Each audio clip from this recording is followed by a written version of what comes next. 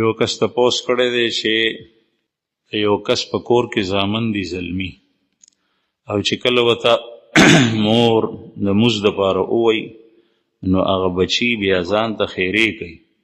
او مور ته سختې خبرې کوي. د دې څه حکم دی؟ خیرې نه، یو ځل نه 100 ځله دې ځان ته خیرې وکړي، خو د مزد وینا به ورته کوي، ځکه چې د مزد وینا مور او پلار ته کول پکار دي چې بچو ته یې کوي، او د هغې خیره د هغې اثر نشته دی،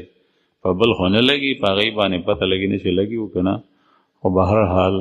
د هغې په دې عمل سره هغې ته وینا بندول نه دي پکار. قرآن کریم کې الله پاک فرمایي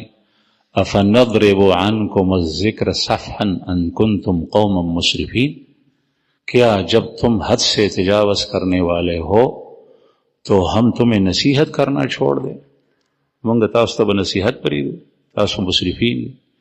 یعنی نصیحت مسلسل کوه، پلار ته پکار دي، مور ته پکار دي چې بچو ته